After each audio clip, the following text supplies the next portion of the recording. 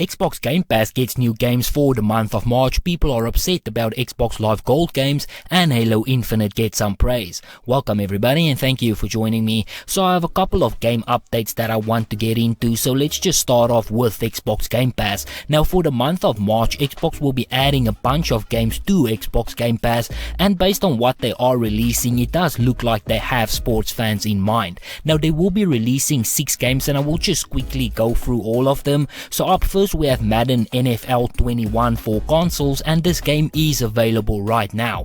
Now out of all of the Madden games, I think I am probably the most excited for NFL. I know the game has its problems, but I still think that it is lots of fun to play.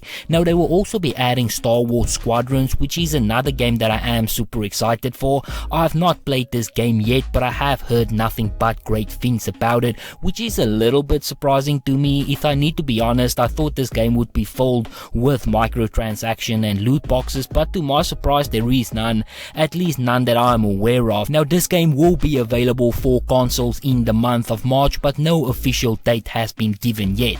They also added a bunch of Football Manager games as well as NBA 2K21 for consoles and cloud, and it is available on Xbox Game Pass as we speak. Now let's move on to Xbox Live Gold games. Now Xbox announced 4 games for the month of March: Warface Blackout, Vicious Attack Alama Apocalypse, Metal Slug Free, and Port Royal Free. Now the reason why I am bringing this up is because people were not very happy with this announcement, and Xbox was met with quite a bit of backlash. Now most of the games that I just mentioned is Xbox 360 games, and people were not happy about that. This month PlayStation Plus is adding Final Fantasy VII Remake to their list of games, and people were very quick to point out that the Xbox games that they have been adding to the service pales in comparison with PlayStation. Now I am a little bit split on all of this. Xbox is adding massive games every month. They are just not adding them to Xbox Live, they are adding them to Xbox Game Pass.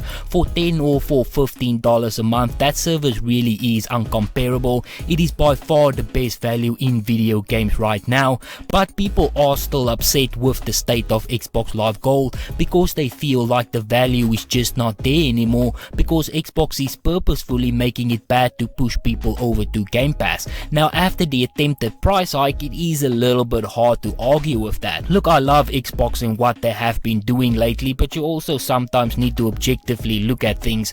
I do understand why some people are upset with Xbox Live. They have 20 million Xbox Game Pass members, but there is also 80 million paying Xbox Live members who just don't want Game Pass. All they want to do is just have the service and game with their friends, and I do think that Xbox need to do a better job at catering for those people as well. As part of Gold, you promise them free games every month, and you can't just add 360 games all the time. Now in a perfect world, I would love for those people to move over to Game Pass. As I've said before, the more people we have on the service, the better it is for everyone. It just means more games, better features. We already have all first party games releasing day and date, cloud gaming, EA Play, and Xbox Live Gold. With more people, the value will just increase, but you cannot force people to join just by tanking Xbox Live Gold with high prices and shitty games. Just continue to add value to Game Pass and people will eventually find their way there.